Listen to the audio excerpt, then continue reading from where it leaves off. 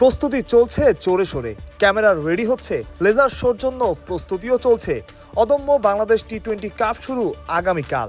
২৬ ক্যামেরায় হবে সম্প্রচার, থাকবে ড্রোন, ম্যাচের আগে হবে কনসার্ট, মঞ্চে থাকবে ওয়ারফেস। তারপর টি-20 লড়াই, থাকছে ২.৫ কোটি টাকার প্রাইজ মানি। আউটফিল্ডেও আসছে নতুনত্ব, উইকেটে থাকছে ঘাস।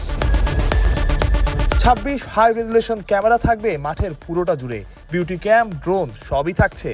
একটা আন্তর্জাতিক ম্যাচ সম্প্রচারে যা থাকে আর কি, অর্থাৎ অদম্য বাংলাদেশ টি-20 কাপেও পাওয়া যাবে অনেকটা বিপিএল এর ফ্লেভার।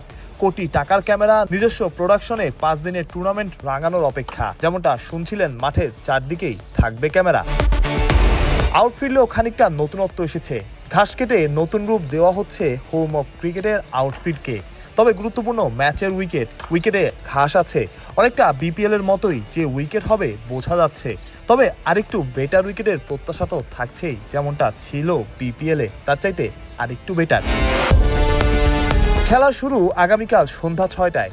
ম্যাচ দেখতে হবে টিকিট কেটে, তবে স্টুডেন্ট ইউনিফর্ম পরে বা স্টুডেন্ট কার্ড নিয়ে আসলেও ফ্রিতে খেলা দেখা যাবে, যেখানে খেলবেন দেশের টপ ক্লাস ক্রিকেটাররা, লিটন, মুস্তাফিজ, রিশাদ সবাই। বিশ্বকাপ শুরু ৭ তারিখ, সেই বিশ্বকাপে বাংলাদেশ খেলছে না।